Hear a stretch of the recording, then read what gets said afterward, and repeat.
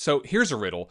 If elections in off years have such low turnout, then why do so many of North Carolina's cities and towns and villages hold their elections when people are less likely to show up?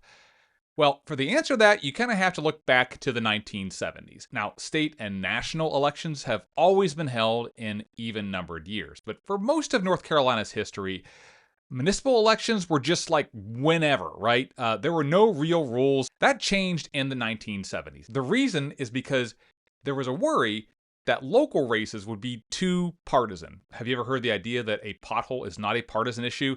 That was kind of the impetus for doing this. And so in 1973, new rules said that all nonpartisan elections had to be held in odd numbered years. Now, the thought went that because there were so few races happening in odd numbered years, that local voters would be able to kind of like clear the banks and be able to focus on just one race or a couple races, the things that really, really mattered to them, and they wouldn't get caught up in whatever partisanship was happening in the other years. Elections leaders thought that actually that would increase turnout.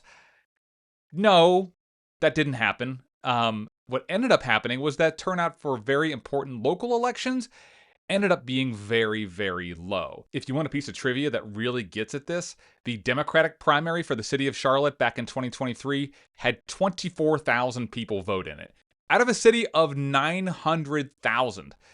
By contrast, in 2020, when there was a presidential election underway, the city of Winston-Salem had the Democratic primary and had 38,000 people turn out.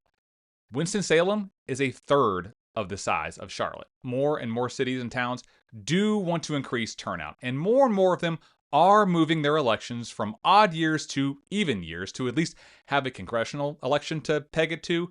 But for the majority of North Carolina's towns and cities and villages and whatnot, it's still election day in an odd numbered year, and it's still a depressingly low number of people who will come out to vote. So, number one, vote. And number two, if you don't like the low turnout, just wait until next year.